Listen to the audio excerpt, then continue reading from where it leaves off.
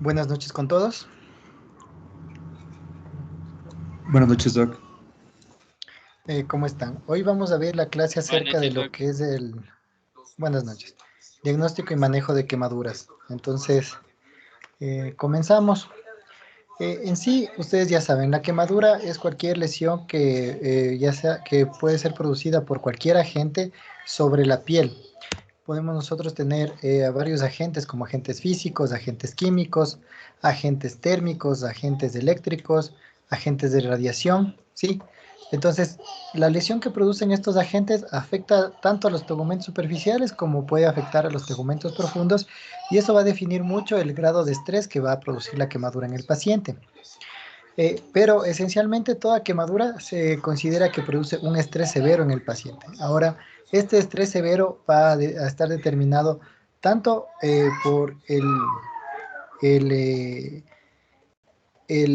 la cantidad de superficie quemada como la profundidad de la quemadura. ¿Sí? ¿Cuál es la característica de la quemadura? Es que la lesión que produce, ya sea el agente físico, químico, la radiación, lo que produce es una rápida destrucción del tejido cutáneo, ¿sí? Y esta rápida destrucción del tejido cutáneo, al perder las conexiones de la piel, al perder la barrera que forma la piel, empieza a tener una producción o una eliminación importante de líquidos a través de la zona de la quemadura. Esto produce un estrés grande en el paciente y produce la liberación de manera prolongada de mediadores de la inflamación. Entonces, la piel normal está constituida por tres capas. La epidermis, que es la más superficial y es la que está en constante cambio, ¿sí? Esta tiene sus cinco estratos, desde el germinativo, donde se encuentran las células basales, que van a ser las células germinativas, como su nombre lo indica, que van a dar el inicio a nuevas células, y a medida que va avanzando, las células van madurando, van llegando hasta el estrato córneo, donde son células que han perdido su núcleo y están llenas de queratina. Sí, el estrato con queratina, que es la principal capa protectora de la piel. Por debajo del epidermis tenemos la dermis. La dermis es la capa de tejido conectivo en donde se encuentran muchas de las estructuras ya de la piel que tienen dentro de sus funciones sensorial, de termorregulación. eh, Igualmente aquí se encuentran otros elementos de la piel como son las glándulas sebáceas, como son los folículos pilosos, y la dermis se divide en dos partes, la capa papilar y la capa reticular, perdón. La capa papilar es la que está casi cerca a la piel, a la epidermis, perdón, y se caracteriza por tener esta forma de papilas, ¿sí? Entonces por eso se llama capa papilar y aproximadamente ocupa la mitad superior de la dermis y es donde se encuentran parte de las glándulas sebáceas, la mitad superior de los folículos pilosos, ¿sí? Y tenemos la capa reticular, que es la capa que está en contacto con el tejido celular subcutáneo, que es la capa donde se va a encontrar los tejidos conectivos reticulares. Y esencialmente vamos a tener el origen de los folículos pilosos, las glándulas sebáceas. Y también vamos a tener donde ahí en esta zona se encuentran los corpúsculos dolorosos, sensitivos y termorreguladores. Y por último, debajo de la dermis tenemos la capa de tejido celular subcutáneo que completarían las tres capas en sí de lo que es la piel. La piel tiene varias funciones, esencialmente dos funciones son las que mayormente se alteran se modifican cuando hay una quemadura, pero las funciones esenciales de la piel son funciones protectoras, funciones inmunológicas al ser uno de los principales contactos con el medio externo.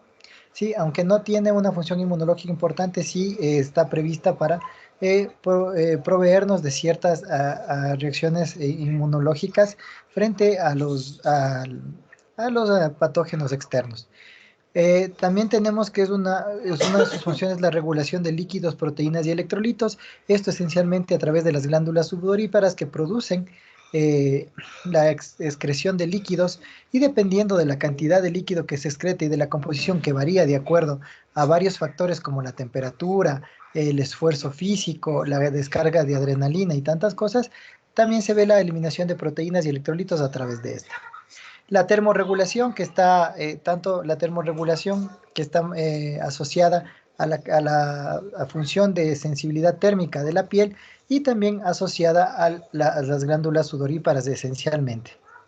También tenemos la función neurosensorial, como su nombre lo indica, es la que está encargada, asociada a los corpúsculos especialmente dolorosos, sensitivos, de presión y térmicos, y es la que nos permite estar en contacto con el medio externo. Y funciona parte del metabolismo, especialmente en lo que es la función de formación de la vitamina D.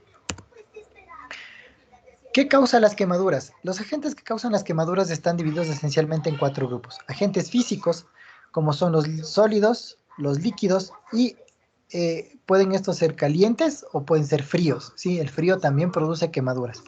Los agentes químicos, como la gasolina, los ácidos, los álcalis y las sustancias oxidantes. Los agentes eléctricos, obviamente, las descargas eléctricas producidas. Y la radiación. Estos cuatro agentes pueden producir quemaduras en la piel de diferentes grados y en tiempos diferentes igualmente.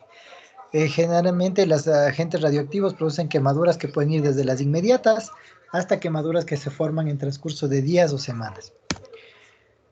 Dentro de la fisiopatología, esencialmente lo que vamos a tener nosotros en la piel, una vez que se produce la lesión del agente lesivo, son alteraciones hemodinámicas dentro de los tejidos. Estas lesiones hemodinámicas van a producir necrosis y trombosis microvascular, lo que va a llevar a un ciclo de la necrosis que se produce por la propia quemadura va a producir más necrosis del tejido aledaño que no se encuentra quemado, pero se encuentra lesionado por el agente causal. Y esto va a producir una pérdida de la integridad celular, como les decía, y de las funciones de sostén de las células. Y por lo tanto, lo primero que produce esta alteración hemodinámica dentro del sitio de quemadura es el edema. Obviamente, debido a que la alteración de la quemadura produce destrucción de las células, vamos nosotros a tener alteraciones en la membrana celular. Esto va a depender mucho de la cantidad de células destruidas, sí, pero lo que va a producir esto es que se liberen factores circulantes de inflamación.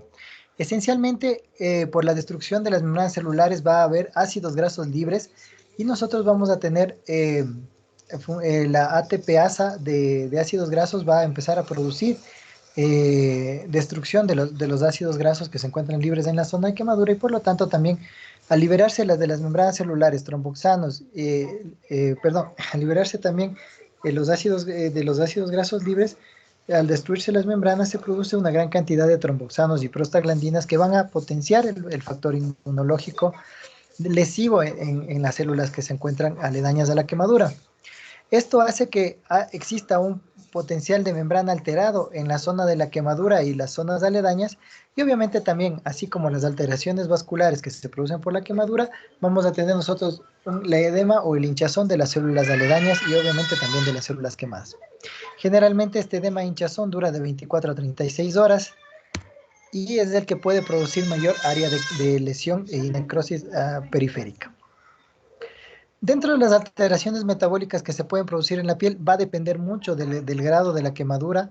¿Sí? Puede producir alteraciones hormonales y un aumento importante del gasto metabólico. Como hablamos en metabolismo del paciente quirúrgico, el metabolismo del trauma en las quemaduras, desde las quemaduras pequeñas vamos a tener nosotros un metabolismo acelerado. Sin embargo, mientras más grande, más extensa es la quemadura y mientras más profunda es, el gasto metabólico va a ser mucho más alto y va a ser más difícil que el organismo recupere la fase de anabolismo. Entonces esto va a aumentar de manera importante los requerimientos nutricionales en el paciente. Obviamente puede producir alteraciones respiratorias. Las alteraciones respiratorias pueden producirse ya sea por la gran movimiento de líquidos que existe en el organismo, así como también por las quemaduras que pueden producirse en la zona de la mucosa respiratoria, lo que puede llevar a una insuficiencia respiratoria súbita, obviamente a la muerte, en los pacientes quemados. Ahora, dentro de las alteraciones hematológicas vamos a tener varias alteraciones. Esencialmente, la serie roja suele haber una hemólisis intravascular. Sin embargo, vamos también nosotros a tener un aumento del hematocrito con cero concentración debido a la pérdida importante de líquidos que producen las quemaduras. Podemos ver una leucocitosis neutrofilia, obviamente, como respuesta inflamatoria a la agresión, pero lo más importante es la alteración que se ven en las plaquetas. Dentro de la zona de la quemadura vamos a ver una trombocitopenia importante en los primeros días debido a que la piel y eh, ¿cómo se llaman? Los vasos sanguíneos, las células endoteliales que quedan expuestas van a intentar producir cicatrización, entonces hay un consumo de plaquetas muy importante en los primeros días. Sin embargo, a medida que va avanzando la quemadura, existe una sobreestimulación medular debido a los factores inflamatorios y podemos ver nosotros una trombocitosis en aproximadamente una semana. Y pueden haber trombocitosis importantes con alteración de factores, con alteración de la de coagulación que incluso pueden llevar a trombosis de las zonas aledañas a la zona de la quemadura e igualmente producir émbolos migratorios en los pacientes quemados. Alteraciones inmunológicas vamos a tener, va a depender mucho de la zona de la quemadura y de la contaminación que haya tenido la persona en la quemadura. Puede haber áreas de infección que pueden producir la muerte y obviamente la alteración de la barrera mecánica que produce la quemadura nos va a llevar a que el paciente sea propenso a tener infecciones en la zona quemada. Otra de las cosas que va a producir como alteración inmunológica dentro de la quemadura es la pérdida importante de proteínas, va a producir una hipoproteinemia y esto también va a hacer que exista menos capacidad de formación de factores de complemento en la zona de quemadura y vamos a tener una déficit de la síntesis de factores inmunitarios y obviamente síntesis de proteínas, por lo que la barrera endotelial va a estar alterada y esto nos lleva a que exista un déficit de cicatrización. Mientras más temor en cicatrizar la quemadura, obviamente vamos a tener mayor exposición y mayor probabilidad de que el paciente sufra infecciones o daño de las bacterias del medio ambiente. Y esto es importante. El shock post quemadura va a darse en diferentes niveles, sin embargo, siempre se produce de la misma manera. Nosotros vamos a tener la quemadura en sí y se van a producir dos reacciones, como ustedes vieron, inmediatas. Una es la reacción inflamatoria local y otra es el daño de la microvasculatura. Ambas reacciones van a producir por diferentes mecanismos trombosis en la zona de la quemadura, van a producir éstasis vascular, van a producir edema, lo que lleva a shock hipovolémico del tejido afectado por la quemadura y obviamente vamos a tener agregación plaquetaria y vasoconstricción, lo que va a producir trombosis acelerada y todo esto lleva una hipoxia celular muy rápida que lleva a la muerte tisular. La muerte tisular va a depender de la cantidad de tiempo que esté expuesto la piel al agente lesivo y también va a estar determinada por la fuerza con la que se ha producido la lesión. Sí, y entonces, aparte de eso, ya algo hemos hablado del hipermetabolismo, ¿no es cierto? La zona de quemadura va a necesitar grandes cantidades de energía porque intenta recuperar hacer una cicatrización importante. Sin embargo, el catabolismo del paciente no es rápido, tiene un déficit de factores de anabolismo, por lo que el paciente va a llevarle a una, no digamos desnutrición, sino una alteración metabólica con el favorecimiento del aumento de consumo de grasas de manera más rápida que en un paciente normal. Y esto va a tener el paciente esto va a llevar al paciente a liberación importante de enzimas proinflamatorias y lo que puede llevar al paciente a un síndrome de respuesta inflamatoria sistémica más rápido que en cualquier otro tipo de trauma. ¿Sí? Entonces aquí ustedes pueden ver, estos son los balances metabólicos, cómo está la tasa metabólica del paciente.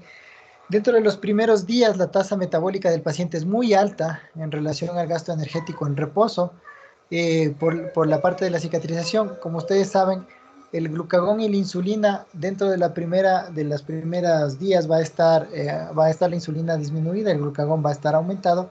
Sin embargo, a medida que avanza la quemadura, va a invertirse esta situación y el paciente va a necesitar mucho más nutrientes de envase de carbohidratos para poder hacer cicatrización. Las catecolaminas en las primeras horas están elevadas debido a la función inflamatoria. Sin embargo, a posterior, a medida va cicatrizando la quemadura, van a ir disminuyendo. Sí, como les estaba insinuando, el flujo de glucosa es alto, en dependencia de la tasa metabólica, y a medida que la tasa metabólica va disminuyendo, el flujo de glucosa también va disminuyendo. El balance nitrogenado es importante porque el balance nitrogenado va a ser negativo, es decir, va a haber un consumo excesivo de proteínas durante las primeras días, incluso semanas de la quemadura y posteriormente, cuando el paciente va recuperando, se empieza recién a recuperarse un balance de nitrogenado adecuado dentro del paciente, es decir, empieza a ver la fase anabólica de construcción de proteínas y de cicatrización. Sí, y obviamente dentro de los primeros días del paciente puede perder peso, no, tanto por el shock metabólico y también puede perder peso por la pérdida de líquidos a través de la quemadura. Sí, estas curvas que ustedes ven esencialmente es en pacientes con quemaduras graves. Sí, sin embargo, las alteraciones se ven en todos los pacientes quemados, son alteraciones similares. ¿Cómo se clasifican las quemaduras? Las quemaduras se clasifican de cuatro maneras. Una por su profundidad, otra por su extensión, otra por su localización y otra por su gravedad. Las quemaduras en relación a la profundidad se clasifican en 4 grados, ¿sí? Y para determinar la profundidad de la quemadura tenemos que, tanto la profundidad como la extensión de la quemadura, nosotros hacemos una evaluación inicial al momento en que tenemos contacto con el paciente y luego se hace una evaluación secundaria de entre 48 a 72 horas cuando ya se han establecido los daños tisulares circundantes a la zona para ver exactamente cuál es la zona de quemadura afectada de manera real. Entonces, como ustedes pueden ver aquí, las quemaduras de primer grado son las que involucran la dermis, las de segundo grado involucran la epidermis, las de segundo grado la dermis, las de tercer grado ya involucran el tejido celular subcutáneo y las de cuarto grado del músculo hacia abajo, es decir, músculo y pueden llegar hasta hueso. Sí, esencialmente las quemaduras de segundo grado son las que son las que van a hacer un poco de manejo que es un poco no contradictorio, sino el manejo nos va a dar un poco de problema debido a que las de segundo grado aparte se dividen en 2 clases, las de segundo grado superficial y profundo, y las de segundo grado profundo son las que más nos afectan en el paciente debido a que, como ustedes pueden ver aquí en la imagen, los músculos piroelectores, los folículos pilosos, las glándulas sebáceas se encuentran en la dermis reticular y cuando se afecta esta dermis reticular es cuando tenemos problemas nosotros de cicatrización ya. Y nosotros podemos evitar que la quemadura llegue hasta segundo grado subprofundo con ciertas medidas que ya vamos a ver más adelante. Entonces, las de primer grado, sí, involucran la epidermis. Los signos principales son el eritema, la leve inflamación. Puede haber dolor, sin embargo, no es un signo característico. Además, estas son las que producen escozor. Las quemaduras de primer grado curan sin necesidad de realizar ningún tipo de atención entre 4 y 5 días. Y estas son las típicas quemaduras de primer grado que ustedes observan, las quemaduras por el sol, cuando no se utiliza protección adecuada. Las quemaduras de segundo grado superficial son aquellas que afectan a la dermis papilar, es decir, a la dermis superficial. Hay conservación de los folículos pilosos y las glándulas sebáceas, sin embargo, pueden afectarse si va aumentando la profundidad, es decir, si dejamos que la quemadura aumente su profundidad. Generalmente estas son las quemaduras que ustedes ven que tienen aflictenas, las ampollas, sí, debido a que es en las quemaduras donde más liberación de líquido se produce con muerte de la epidermis y con el líquido entre la zona muerta de la epidermis y la zona que aún se conserva de la dermis reticular.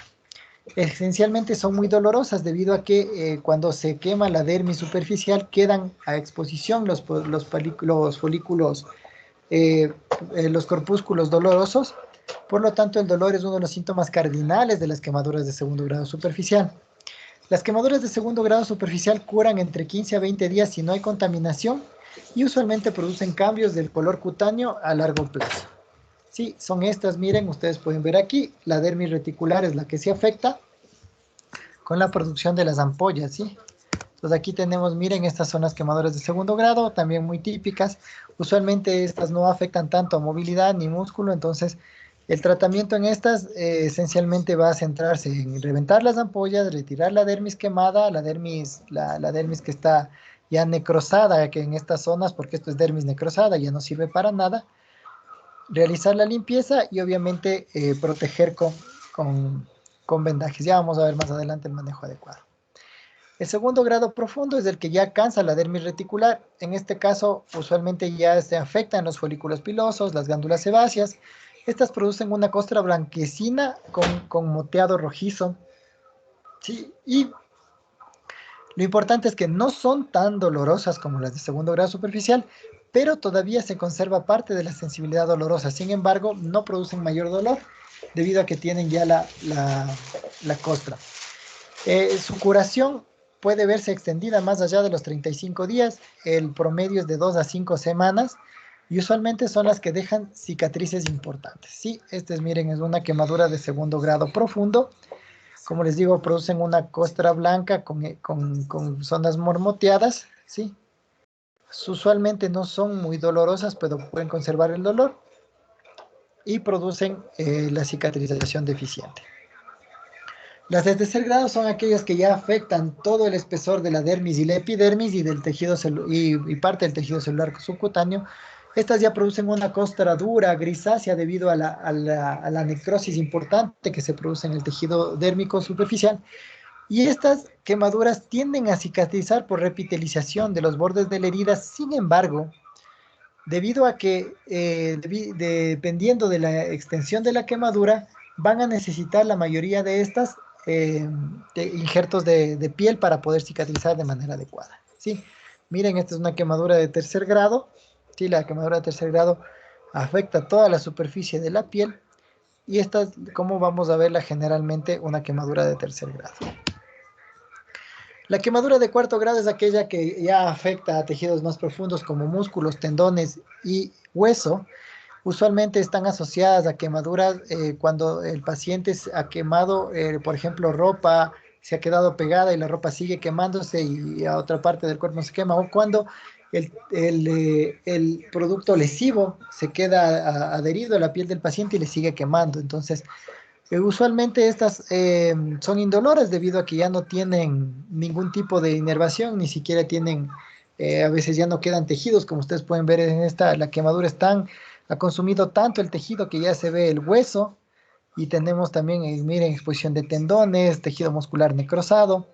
Estas quemaduras usualmente llevan a la necesidad de amputación de miembros y cuando son en tórax o, por ejemplo, en abdomen y han llegado a cavidades, usualmente el paciente no tiene una muy alta probabilidad de sobrevivencia. La segunda Doc, forma de clasificar a las... Sí, Doc, Doc, una pregunta. En las quemaduras de tercer grado, ¿cuánto tiempo más o menos se tarda en recuperar? la quemadura de tercer grado demora en recuperarse. Generalmente demora más de dos meses, más de 6 semanas. Y como les decía, para poder recuperar una quemadura de tercer grado, una vez que esta ya no esté infectada, una vez que ya tenemos tejido de granulación, es usualmente necesario colocar injertos de piel. Entonces sí es bastante complicado una quemadura de tercer grado el manejo. Las quemaduras por la extensión. Usualmente las quemaduras por la extensión en adultos tenemos la regla de los 9. La regla de los 9, como ustedes ven aquí, divide al cuerpo en diferentes zonas y a cada zona se le asigna un múltiplo de 9. La cabeza en total vale 9, la parte anterior 4,5, la parte posterior 4,5, el tórax anterior 18, el tórax posterior 18, brazo, o sea, miembro superior, la parte anterior 4,5, parte posterior 4,5 y muslos, parte posterior, bueno, no es muslos, sino la pierna completa, la parte posterior 9, la parte anterior 9 y la parte genital vale 1, 1%. Sin embargo, ya vamos a ver más adelante en la clasificación por la localización cuáles son las zonas que se consideran de mayor gravedad o riesgo. En- entonces, como ustedes tienen aquí, este es el porcentaje, ¿no? De la regla de los 9. ¿Y a quiénes vamos a aplicar la regla de los 9? Usualmente aplicamos a pacientes pediátricos, pacientes mayores de 10 años. De 10 años en adelante ya se puede aplicar la regla de los 9 de adulto. En los pediátricos de menos de 9 años hay la regla de los 9, pero ya vamos a ver cómo está modificada esta regla de los 9. Y en el paciente, si no tenemos quemaduras que no están tan bien definidas y todo, podemos hacer la regla de la palma, ¿sí? La palma con los dedos del paciente es un 1%. Entonces ustedes tienen que medir más o menos cuánto es la palma del paciente y en relación a eso van midiendo la quemadura del paciente, ¿sí? No es de su palma, es de la palma del paciente. Miren lo que dice aquí. Palma más dedos del paciente es igual a un 1%. No que usted va y le mide con su mano y su mano es 1%, no, es la palma del paciente. Entonces la palma del paciente se toma como referencia y podemos de Doc, ahí ir contando el 1%, ¿sí? Doc, esa es cuando, más que todo para quemaduras asimétricas. Claro, es para quemaduras asimétricas o cuando tenemos quemaduras en varias localizaciones que son difíciles de hacer un conteo. Podemos usar la regla de la palma de la mano y si no la regla de los 9 cuando tenemos quemaduras más asimétricas o en una sola zona. Y aquí tenemos una de las escalas que se utilizan en niños, la escala de Lund-Browder. Esta escala no es múltiplos de 9, más bien tiene diferentes zonas de acuerdo a la edad del paciente. Va clasificando el porcentaje de acuerdo a la zona y de acuerdo a la edad.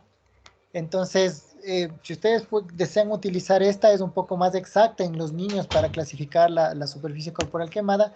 Y si no, tenemos la regla de los 9 pediátricos, que usualmente la parte de tórax y miembros superiores tiene el mismo valor que en los adultos y va modificándose en relación a la cabeza y las extremidades inferiores. Porque ustedes saben que en los niños generalmente la cabeza es de mayor proporción en relación al resto del cuerpo. Sin embargo, usualmente lo que se hace es ir restando porcentaje de la cabeza y aumentando porcentaje en los miembros inferiores. También es una buena didáctica, cualquiera de las dos reglas se puede utilizar en pediatría. Sin embargo, ya dependerá del manejo del pediatra. En este caso, yo me concentro más en lo que son pacientes adultos y en los adultos usamos la regla de los 9 o de la superficie palmar. Ahora bien, en relación a la localización, más nos va a servir en relación a determinar si una quemadura es grave o potencialmente grave en relación a la zona quemada. Entonces, las zonas de afectación grave, sin importar esencialmente el grado, eh, aunque consideramos grado 2 y 3 en estas zonas de una gravedad alta, son la cara, especialmente cuando se encuentra afectado la zona de bocas, nariz y ojos, las manos y los pies, esencialmente, y especialmente cuando se afectan la parte palmar debido a que se va a afectar mucho los movimientos de la mano, las partes genitales y del periné, todo orificio natural que se encuentre quemado, las zonas de flexión, sí, son importantes si estas son zonas quemadas, son zonas de quemaduras, son graves, porque deben ser tratadas de forma adecuada para que no se pierda la movilización o se pierda lo menor posible.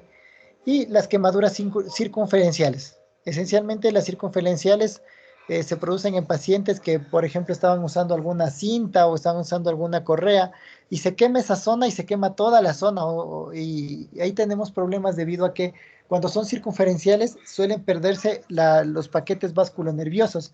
Entonces estos pueden producir necrosis distal a la zona de quemadura. Y ahora, reuniendo todo lo anterior, vamos a determinar ya la gravedad de la quemadura.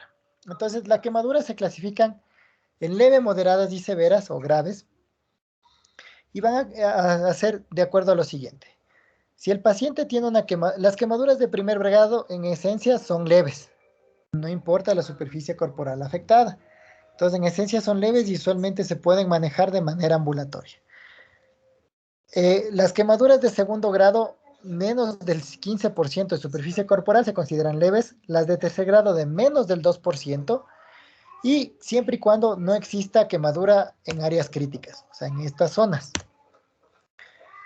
Para ser moderada, una quemadura de segundo grado es necesario que tenga más de entre el 15 y el 30% de quemadura o del 2 al 10% de quemadura de tercer grado. Igualmente, sigue siendo moderada mientras no exista quemadura en zonas críticas. La quemadura es grave y se considera de alta mortalidad para el paciente cuando existe más del 30% de superficie corporal quemada en quemadura de segundo grado, más del 10% en quemadura de tercer grado, si afecta a cualquier área crítica, en pacientes de menos de 2 años y mayores de 60 años, con infecciones cardiopatías inmunológicas, enfermedades inmunológicas o diabetes descompensada, ¿sí? Cuando está descompensada, cuando está compensada, no. Y si la quemadura está asociada a fracturas. Esencialmente, si una quemadura está asociada a fracturas, no importa el porcentaje de quemadura, es una quemadura grave debido a que por la fractura y por la quemadura aledaña puede producir daño del miembro afectado. ¿Cómo manejamos las quemaduras? Esencialmente, ¿qué hay que hacer cuando ustedes tienen una paciente quemado? Por eso digo, en zona inmediata, es decir, en el momento de la quemadura. Lo importante es enfriar la zona y liberar la herida del agente causal. Si es fuego, retirar el fuego, retirar cenizas. Si es gasolina, intentar lavar la zona. ¿Y cómo logramos esto? Con agua común corriente. Con agua corriente. No hay que meter la quemadura en una bandeja de agua. Hay que ponerla en una zona de agua corriente. ¿Sí? ¿Por qué? Porque el agua tiene que ir fluyendo y tiene que ir arrastrando las zonas, el agente lesivo, y aparte tiene que ir arrastrando el tejido que está dañado, ¿sí? Aparte de eso, el agua no debe caer directamente sobre la zona quemada. Es preferible hacerle por declive.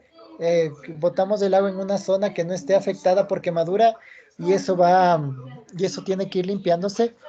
Y importante, no se debe poner en remojo, es decir, no coger y llenar algo de agua y decirle que meta ahí la mano. No, eso no se hace, eso no sirve. Eso lo único que va a hacer es que el agente lesivo se mantenga y pueda seguir produciendo daño. ¿Sí? Entonces, lo importante es que debemos dar agua a chorro, agua corriente, ¿sí? Lo segundo es cubrir con alguna compresa, si tenemos la disponibilidad húmedas estériles, mejor, ¿sí? Si no, un tejido, una toalla o algo recién lavado que no esté sucio, humedecerle y cubrir la herida. Retiramos la ropa, excepto si es ropa adherida a la piel. En ese caso, lo que hacemos es cortar la ropa y que quede la ropa que esté adherida, la dejamos adherida. Eso se retirará cuando se haga la limpieza quirúrgica. Retirar cualquier objeto que pueda producir compresión, siempre y cuando sea factible, ¿no? Porque si ustedes ya tienen un edema muy importante y no pueden retirarlo, es preferible no hacerlo porque pueden dañar la piel del paciente más de lo que ya está dañado. Y lo importante es prevenir la hipotermia. Como les decía, una de las cosas que produce es el daño de la piel es afectación en la termorregulación, entonces el paciente puede llegar a tener hipotermia. Cuando el paciente tiene una quemadura leve, vamos a darle tratamiento ambulatorio. ¿Qué hacemos con el paciente en tratamiento ambulatorio? Cuando ya nosotros le tenemos al paciente estable, ¿sí? Ya les llega, digamos, al paciente, ustedes ya realizan el tratamiento primario de lavado, ¿sí? Cuando ya tenemos nosotros del paciente, esto que ven aquí ustedes, la reacción inmediata, cuando ya les llegue a ustedes, en lugar de agua corriente, hagan el lavado con solución salina, ¿sí? Porque es una solución estéril y no caliente, fría. Entonces vamos a nosotros a dejar que se remoje, se remoje, se remoje, y eso es de lavado que debemos hacerlo. Si nosotros consideramos que la quemadura es leve y vamos a poder dar un tratamiento ambulatorio, lo que vamos a hacer es aplicar apósitos y compresas frías en el área de la quemadura. No se pone ningún ungüento o crema antibiótica, ya que el riesgo de infección usualmente no existe. Entonces, más bien lo que van a hacer los ungüentos tópicos, analgésicos, los spray y las cremas antibióticas es van a producir maceración del tejido y van a detener o van a coartar la cicatrización de la quemadura. Importante que el paciente se vaya con antiinflamatorios no esteroidales porque ustedes saben que la quemadura es un proceso inflamatorio, entonces debemos disminuir la carga metabólica, esencialmente disminuyendo la carga inflamatoria y el dolor.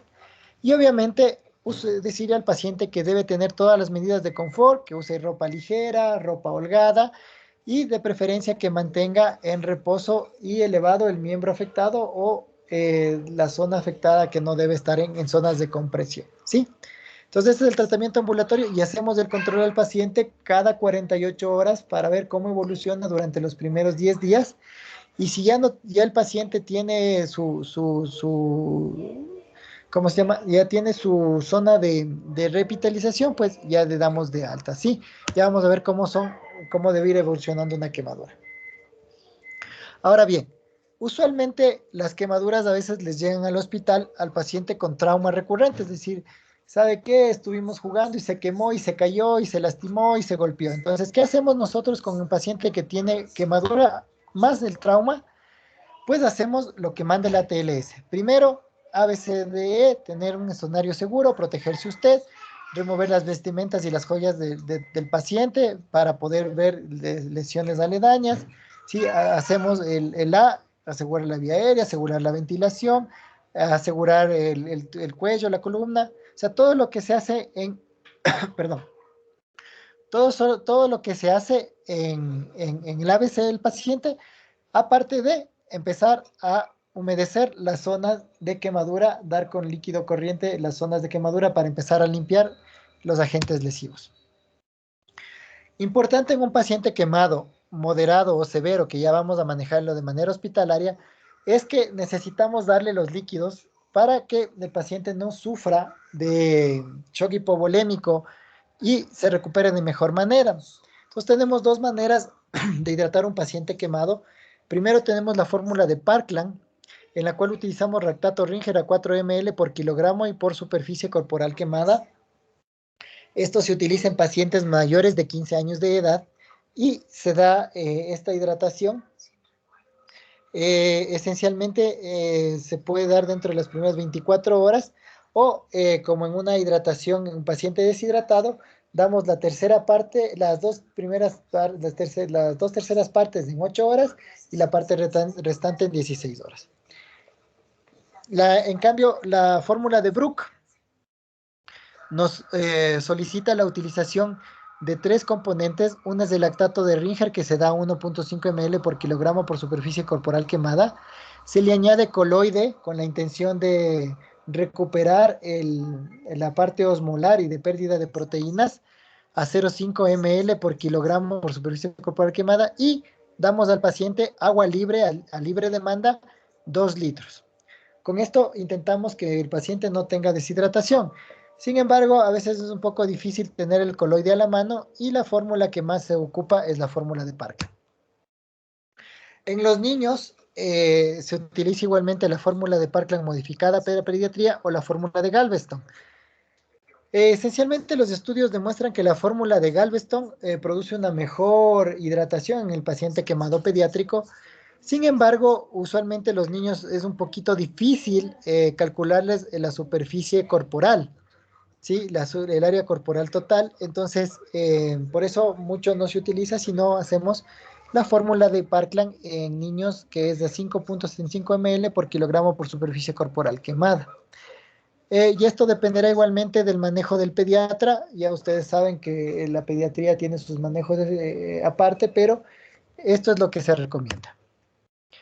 Y entonces, esto es lo que vamos a hacer con nuestro paciente en el primer manejo, en la primera instancia que nos llega. Sí, vamos a hacer el ABCDE en caso de que el paciente tenga trauma asociado. De ser necesario y en pacientes con quemaduras graves, se recomienda la utilización de un catéter vesical para tener un control adecuado de líquidos de ingesta y excreta. La reanimación hídrica, sí, es importante. Si el paciente tiene afectado la boca o la nariz, no colocar sondas nasogástricas. Las sondas nasogástricas solo se colocan en el caso del paciente no tenga afectación de boca o nariz para poder pasar la sonda. Y si el paciente tiene vómito, no es necesario una sonda nasogástrica en todos los casos. Procedemos a calcular la superficie corporal quemada, a ver la profundidad de la quemadura. Hacemos las irrigaciones, ¿sí? La irrigación de preferencia se debe hacer 30 minutos ya en el paciente hospitalizado, como les decía, con una solución salina estéril. Hay hospitales en las que tienen área de quemados donde tienen duchas, entonces ahí se le mete al paciente durante 30 minutos para que tenga una adecuada limpieza de la zona quemada. Obviamente debemos controlar el dolor con analgesia intravenosa, la administración de la vacuna antitetánica o corroborar que el paciente tenga la vacuna antitetánica colocada. Y la primera curación que se hace en la emergencia no debe ser agresiva. ¿Sí? No debemos nosotros retirar más allá por ejemplo, retiramos las flictenas Sí retiramos la piel que esté afectada de las niflictenas, limpiamos eso, pero no utilizamos en este momento todavía remoción de tejido muerto más allá del que salga solo con la limpieza, ¿sí? Con la limpieza superficial, porque tenemos que dejarle al paciente que circunscriba la quemadura y de ahí, de acuerdo a eso, vamos a ir retirando el tejido muerto que ya se presenta posteriormente en las curaciones quirúrgicas. Algo importante que debemos tener en cuenta, dependiendo la área de quemadura y dependiendo si es una quemadura circunferencial o una quemadura de tercer grado, o más allá si es de cuarto grado, es tener palpar los pulsos periféricos a la zona de quemadura y en caso de que el paciente esté desarrollando un síndrome compartamental por la quemadura, solicitar al cirujano plástico que haga las escarotomías para liberación de compartimentos. El soporte nutricional en el paciente, usualmente si el paciente tiene habilitada la vía oral, se empieza la nutrición 6 horas después del contacto con el paciente. Debemos ir incrementando la ingesta gradual hasta que a las 48 horas ya podamos nosotros tener líquidos de preferencia por vía enteral, la mayor parte de los líquidos que necesita el paciente. Y obviamente recordar que la nutrición, mientras más precoz es la nutrición vía enteral, es mucho mejor, ¿sí? Entonces, como ustedes ven aquí, siempre en los pacientes que tenemos quemaduras debido a que el estrés es severo pueden producir úlceras de estrés. Entonces, lo importante es la colocación de ya sea de antiácidos o protectores gástricos.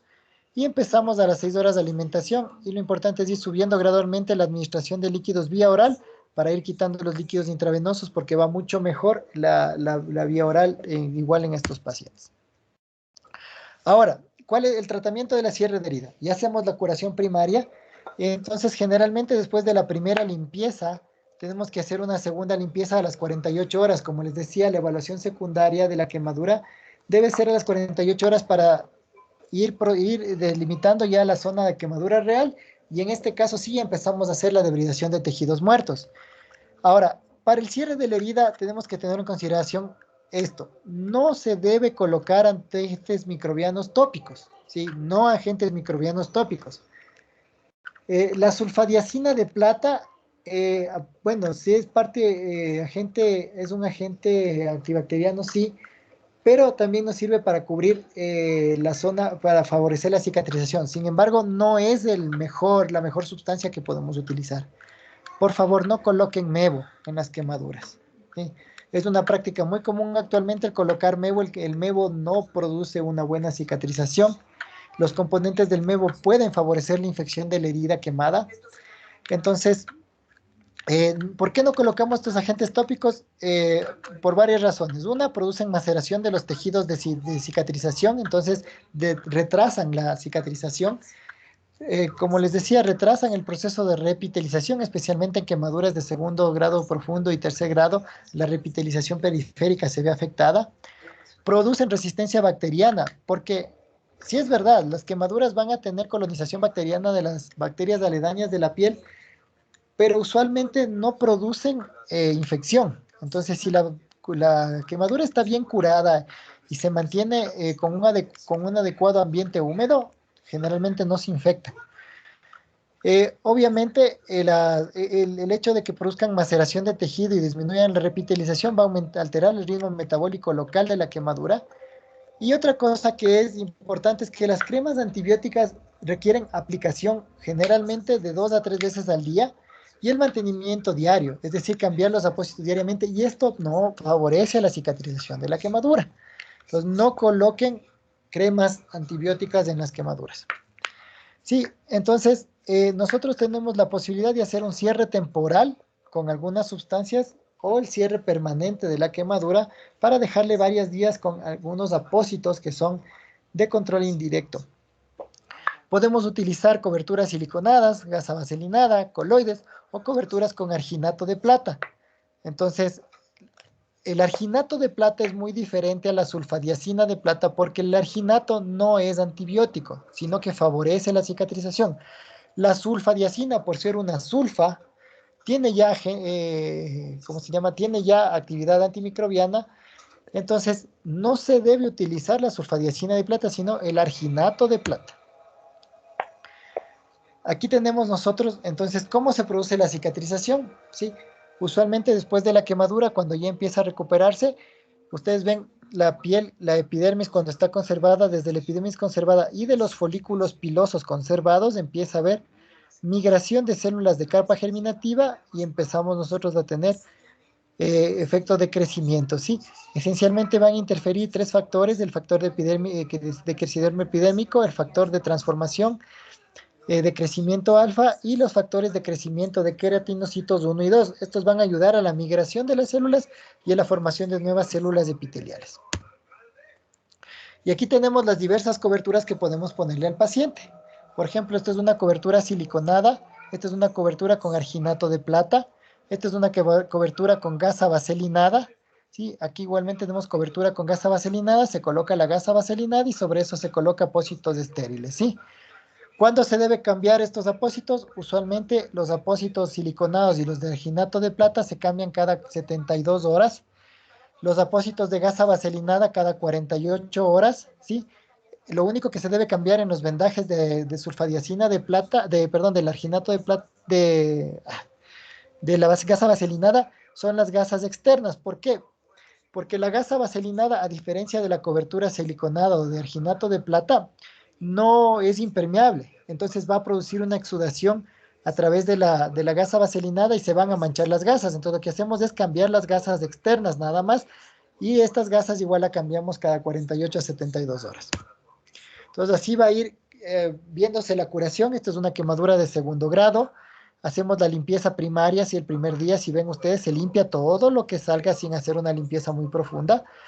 Al segundo o tercer día, a las 48 horas, hacemos ya una limpieza, si ustedes pueden ver acá, se retira los fragmentos de piel, se ha colocado gasa vaselinada, por eso esta estructura así como de enrejado. Y miren, esto ya es al quinto día, esto ya es una costra que va a favorecer y esto ya es tejido de granulación. Entonces aquí ya podemos dejar descubierta la quemadura y esto va a ir repitelizando por segunda intención de adentro, desde los bordes que todavía mantienen piel hacia adentro. Esta quemadura, como ustedes ven, demora su cicatrización de 2 semanas a 5 semanas con un promedio de 35 días. Entonces, no se asusten si ustedes ven la cicatrización de una quemadura y a las 3 semanas ven todavía esto, es normal, porque la quemadura demora en cicatrizar.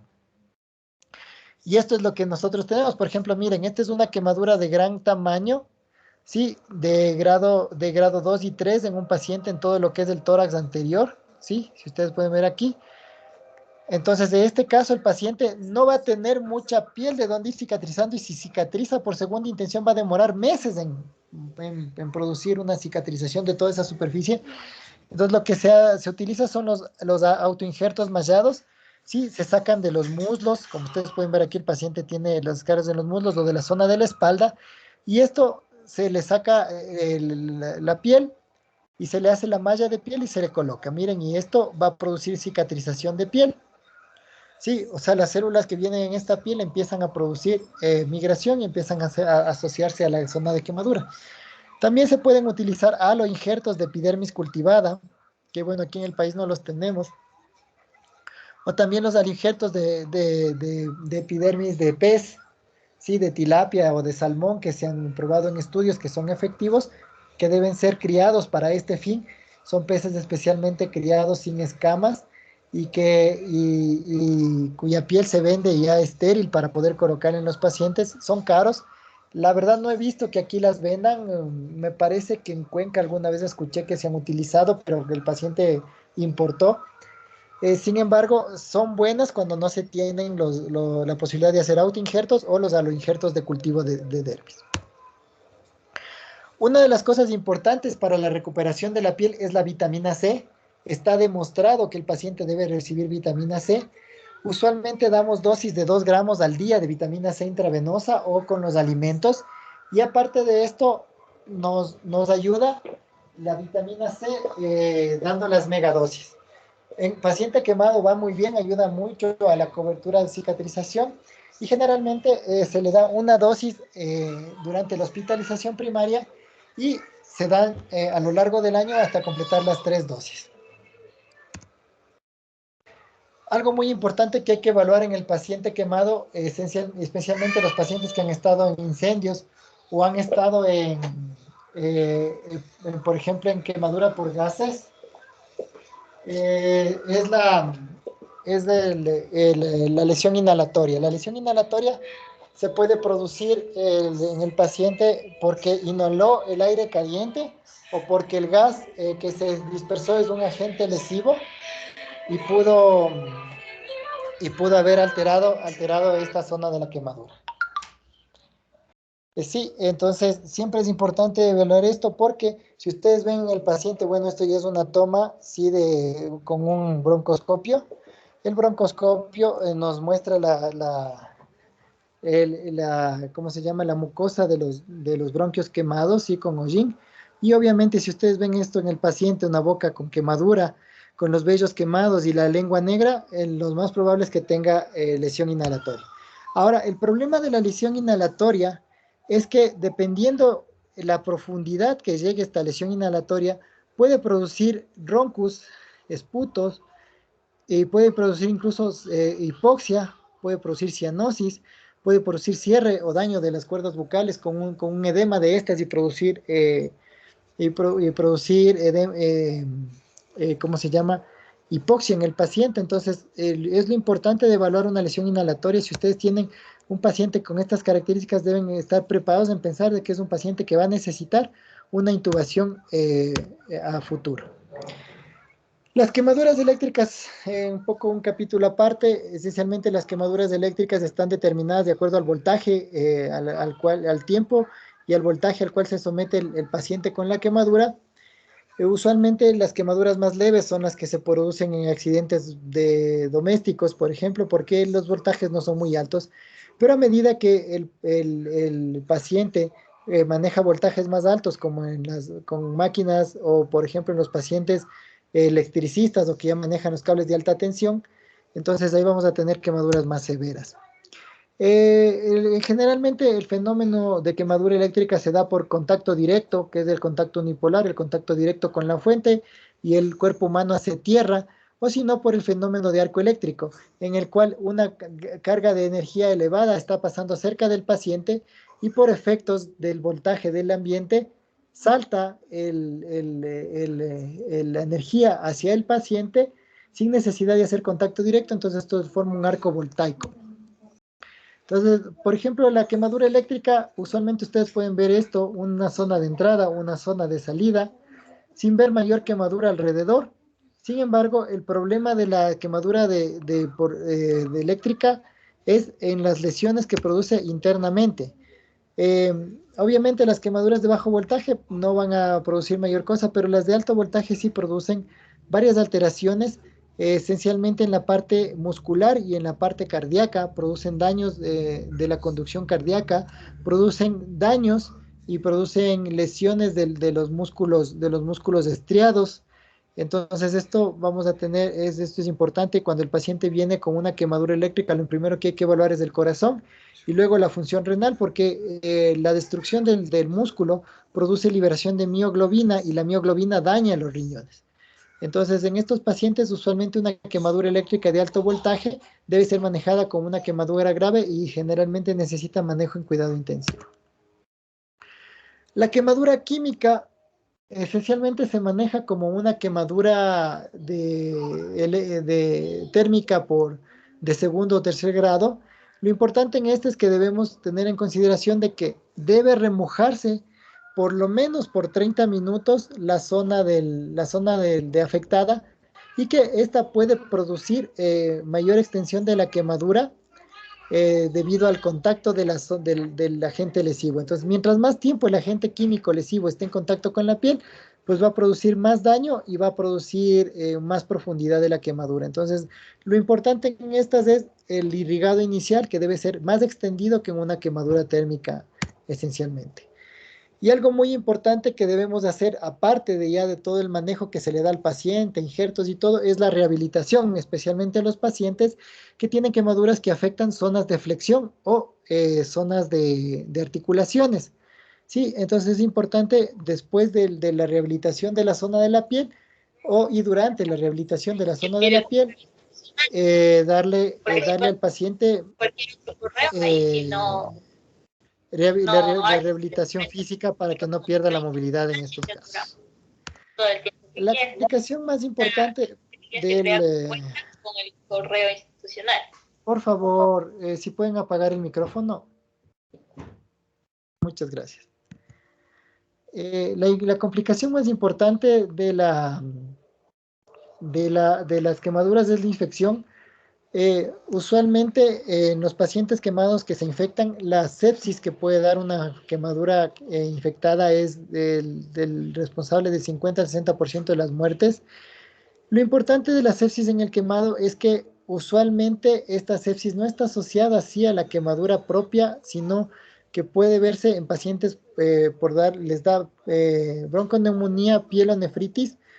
Y en tercer lugar, la infección se da por infección invasiva desde la herida. Entonces, hay que tener consideración en esto. Obviamente, una herida, la piel quemada, y peor aún aquella que está con cremas antibióticas o cremas que no son hechas para manejo de quemadura, producen un lugar para el crecimiento bacteriano adecuado. Entonces, esto es lo importante, de que el manejo de la quemadura, si no es bien llevado, sí tiene un riesgo de contaminación de infección. Cuando nosotros pensemos que una quemadura está infectada, no es solo necesario hacerle el hisopado o el cultivo de la secreción. Lo que se hace es un cultivo cuantitativo de gramo tejido de sustancia. Entonces, cuando nosotros queremos pedir cultivo microbiológico, lo que hacemos es una biopsia de piel, por lo menos de un centímetro de piel de quemadura, y esto mandamos a cultivo gramo tejido, y también se suele mandar a patología para que nos informen si existe invasión de otras cepas, de otros agentes microbianos como hongos o virus. Eso sería en relación al manejo de quemaduras. En relación a la infección, si ustedes quieren dar antibióticos, el antibiótico debe estar orientado a la flora normal que se encuentra en la piel, entre estos Pseudomonas aeruginosa, Protus, Streptococcus del grupo A. Entonces, se puede empezar con este tipo de antibiótico. Esencialmente, la recomendación inicial es ampicilina sulbactam, y una vez que tengamos los resultados del cambio del cultivo gramo tejido, pues cambiaremos de acuerdo al antibiograma. ¿Alguna pregunta, muchachos? No, el mevo sí estaba contraindicado. ¿En qué tipo de quemadura yo pudiera usar? O sea, ¿sería solo para las grado 1? Yo recomiendo no usarlo. O sea, para Sí, ningún tipo de quemadura. para ningún tipo de quemadura. Yo recomiendo, de lo que he leído y he revisado, yo no uso mevo en quemaduras. Yo uso otra sustancia. Esencialmente lo que yo le pido al paciente es que compre, por ejemplo, el Gelonet, que es gasa vaselinada, es gasa vaselinada estéril, y con eso le realizo las curaciones. Obviamente yo manejo quemaduras hasta máximo segundo grado profundo, y si no son muy extensas. Si ya son quemaduras más grandes, refiero yo al médico cirujano plástico, porque usualmente ya las más extensas requieren injertos de piel. Y lo que decía de los apósitos de las gasas envaselinadas, la gasa envaselinada igualmente cambia a las 48 horas, igual que las gasas Claro, externas.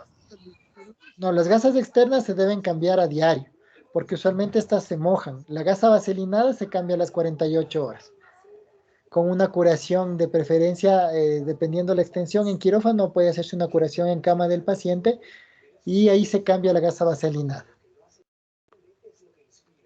Pero la gasa externa sí es preferible cambiar a diario, o a veces incluso es necesario cambiar 2 veces al día, porque por la exudación mancha bastante el apósito del paciente.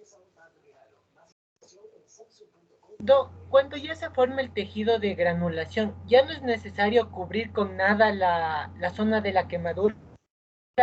Cuando usted ya tiene tejido de granulación, es preferible ya dejarle al aire ambiente, porque el tejido de granulación va mejor en zona ya no cubierta.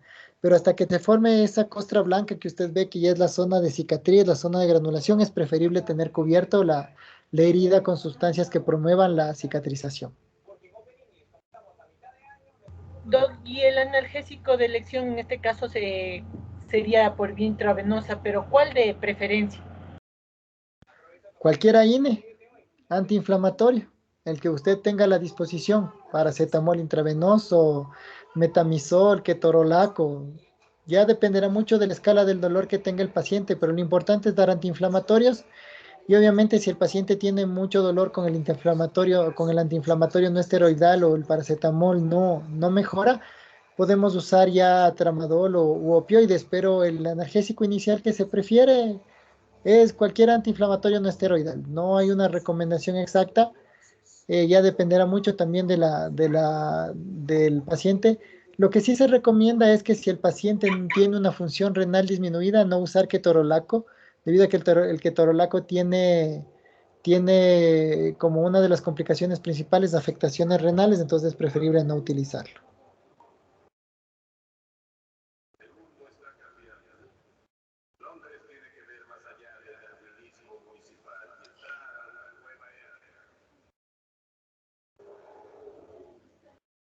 ¿Alguna otra pregunta?